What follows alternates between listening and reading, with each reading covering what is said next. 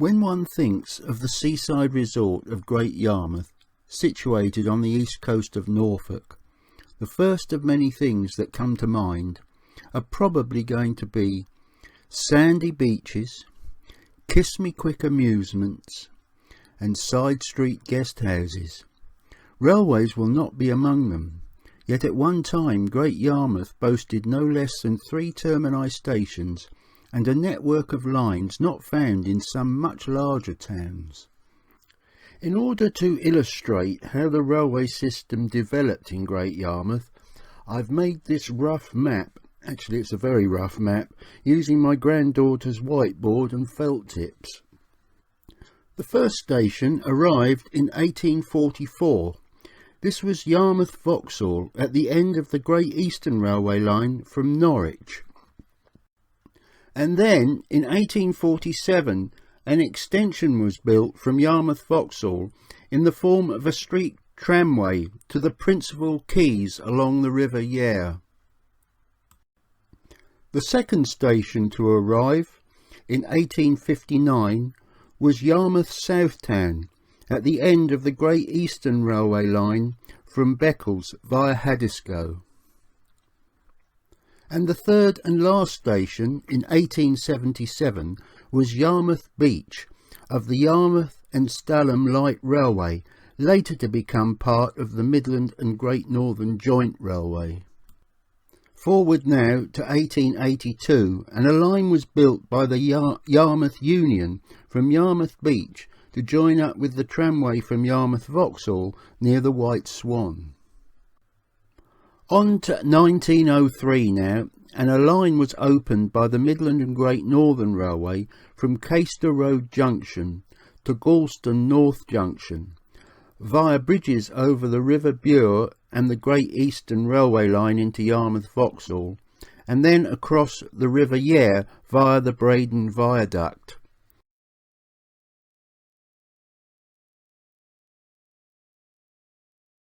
At the same time, the Norfolk and Suffolk Joint Railway had built a line from Coke Ovens Junction near Lowestoft to Galston North Junction. And from there, the Great Eastern Railway had opened a line into Yarmouth SouthTown.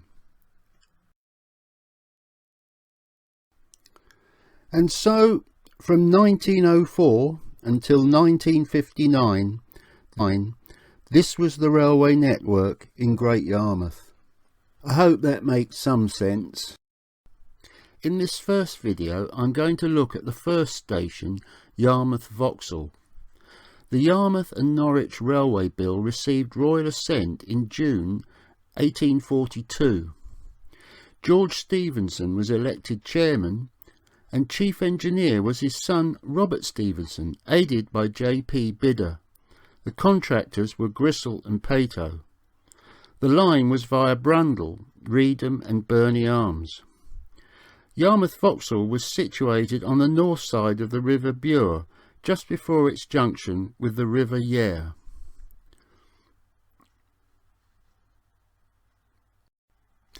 It consisted of 2 long curving island platforms with 4 platform faces, accommodating 10 or 12 car trains and their locomotives. There was also at the Norwich end of the platforms a large signal box.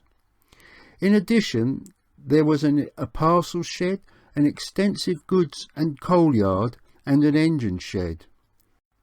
This engine shed, opened in 1883 after the original one was demolished, was a brick-built 2-road dead-end type with a slate-gabled roof incorporating a water tank. Also included was a 50-foot turntable. The shed was closed in 1956 and demolished in 1993. In the mid-1950s, it had an allocation of 1 060 diesel, 1 060 tank, and 7 Claude Hamilton 440s. In 1959, the platforms were extended to handle the extra traffic caused by the closure of the Midland and Great Northern Joint Line to Yarmouth Beach. Also at this time, 7 new carriage sidings were built on the downside of the line just outside the station. And these are the sidings. 7 sidings with 3 raised platforms. And now, today, these sidings have been brought back into use after many years of neglect. They're being used by Eastern Rail Services to store redundant carriages, with the possibility of renovating them, and maybe they might be used again on charter trains. But these are the sidings with just a connection at the station end. And now as we turn round here, we're now looking back towards the station, and the signal box you can just make out through the bridge. And the Yarmouth, the old Yarmouth Vauxhall, which is now Yarmouth or Great Yarmouth station, is through that bridge. Now, what about train services? Well, in the early 1900s, with 3 stations, Yarmouth had become the best served town of its size so far as railways were concerned. Yarmouth Vauxhall dealt mainly with services from Norwich and also trains from the North and Midlands via Peterborough. But after the closure of the Beach and SouthTown stations, it had services to many more places. And here we see what the station must have looked like on a summer Saturday, with trains filling up the platforms, engines waiting for their next turn of duty, and also the sidings that we've just seen would have been full of rolling stock as well, all waiting for the return excursions, taking the holiday makers home again. And this extract from the 1971 timetable illustrates how busy the station had become. The busiest time was summer Saturdays, with trains arriving from Chesterfield, Derby, Leeds, Manchester and Newcastle, as well as from Norwich and London Liverpool Street, and departing again for Doncaster, Sheffield, Derby, Newcastle and Walsall, again as well as London Liverpool Street and Norwich. All the goods yards and sheds were cleared away in the mid-1980s to make way for the new Asda supermarket that we shall shortly be seeing in this shot here. This is a Class 37 short set leaving for Norwich in 2019.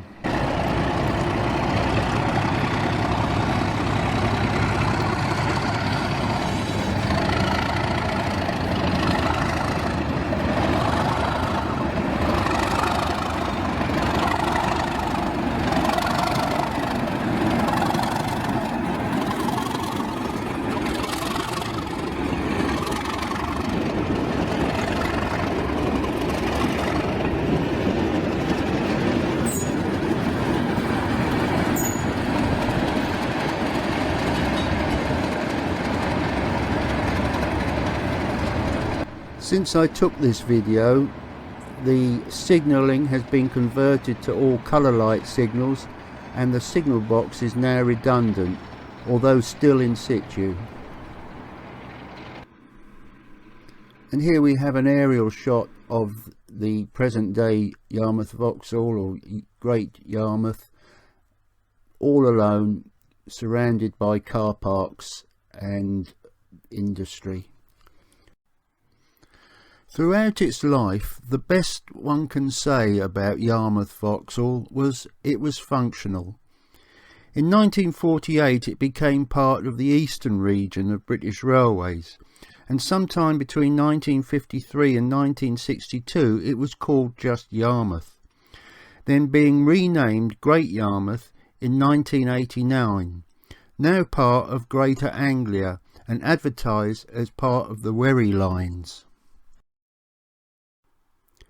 who now just provide us 1 hourly service to Norwich, with extra trains in the peak times and also during summer weekends. Well, that's it from Yarmouth Vauxhall. In part 2 we'll be looking at the tramway that ran from Yarmouth Vauxhall to the principal quays along the River Yare. Thanks for watching.